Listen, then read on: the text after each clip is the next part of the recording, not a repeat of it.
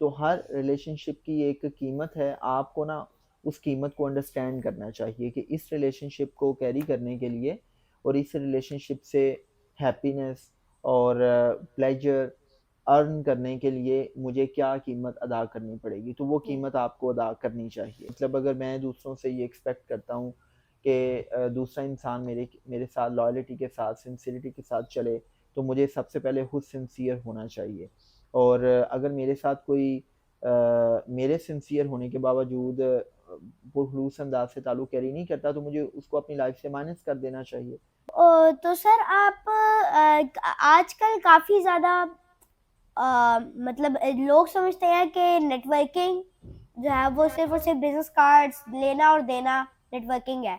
तो आपके हिसाब से जो ऑथेंटिक नेटवर्किंग होती है उसकी एक्सप्लेनेशन क्या है और ये पर्सनल डेवलपमेंट के साथ किस तरह जुड़ी हुई है? ये बहुत मुश्किल क्वेश्चन आपने पूछा है और बड़ा ज़बरदस्त क्वेश्चन है। और पता नहीं आपने कहाँ से इतने मज़े के क्वेश्चंस जो है ना वो फाइंड आउट कर लिए हैं। देखो रेयान, ऐसा है कि जो नेटवर्किंग है ना, ये हमने ना इस वर्ड को बहुत ज़्यादा समझ लें कि मिसपर्सीव किया है। हम सोशल इवेंट्स पे जाते हैं और वहाँ पे हम किसी के साथ ग्रीटिंग्स एक्सचेंज करते हैं और हम अपने जो बिज़नेस कार्ड्स हैं वो एक्सचेंज करते हैं और हम समझते हैं कि हमने नेटवर्किंग की है, या किसी के साथ हम एक सेल्फ़ी लेते हैं, एक पिक्चर लेते हैं।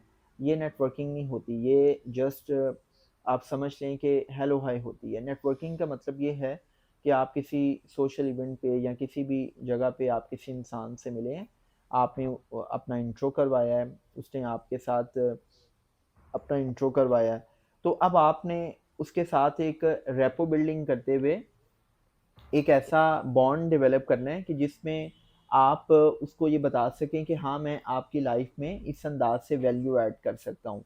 जी। तो आप जब एक दूसरे की लाइफ में वैल्यू ऐड करते हैं, तो वो एक रियल और प्रोडक्टिव नेटवर्किंग होती है। अगर आप किसी जगह पे गए हैं, हेलो हाय किया है और बिजनेस कार्ड्स एक्सचेंज किए हैं और आपने नंबर्स एक्सचेंज किए हैं और उसके बाद आप कोई कांटेक्ट नहीं करते या आप उस इंसान की लाइफ में कोई वैल्यू ऐड नहीं करते, तो वो नॉन प्रोडक्टिव नेटवर्किंग है। और पर्सनल डेवलपमेंट के साथ मैं इसको इस तरह लिंक करूँगा कि हम वो अक्सर एक बात करते हैं कि your network is your network.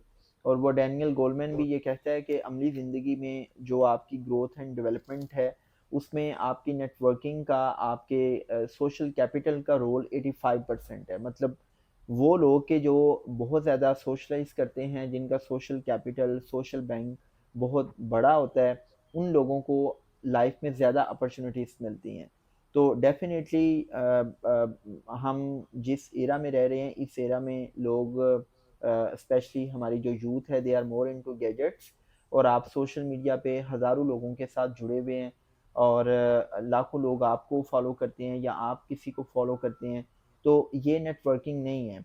This is not real networking. ये जस्ट समझ लें कि एक जान-पहचान है सोशल मीडिया पे कि फ़लाँ शख़्स ये काम कर रहा है, फ़लाँ शख़्स ये काम कर रहा है।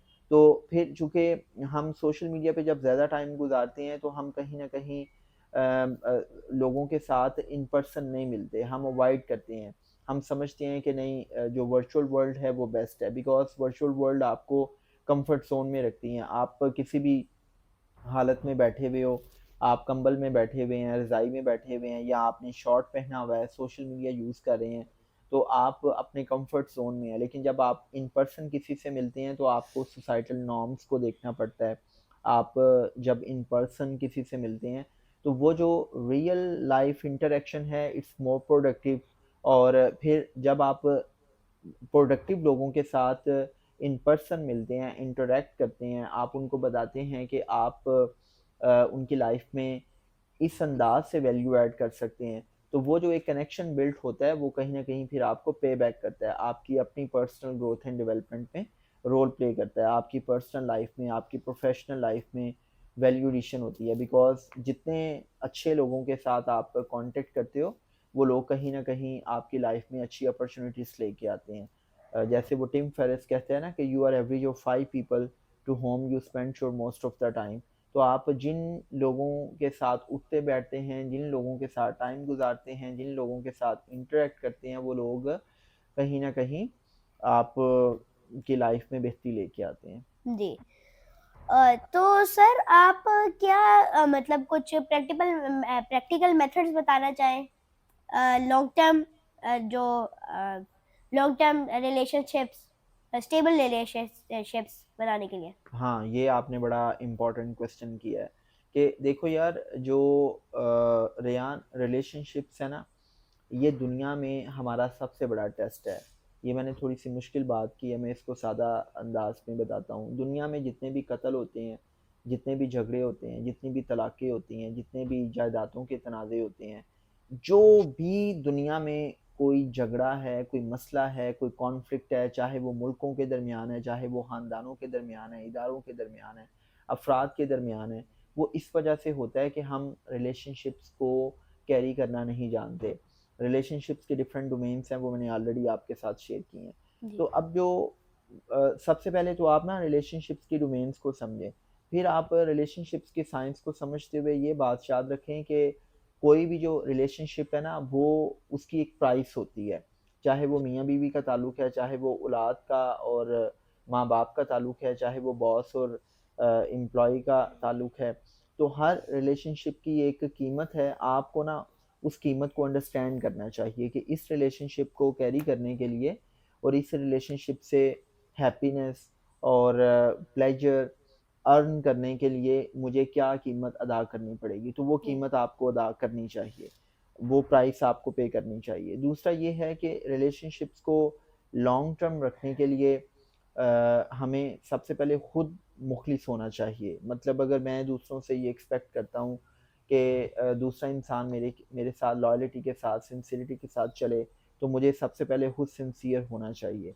और अगर मेरे साथ कोई मेरे सिंसियर होने के बावजूद पुरखलूस अंदाज से ताल्लुक़ कैरी नहीं करता, तो मुझे उसको अपनी लाइफ से माइनस कर देना चाहिए।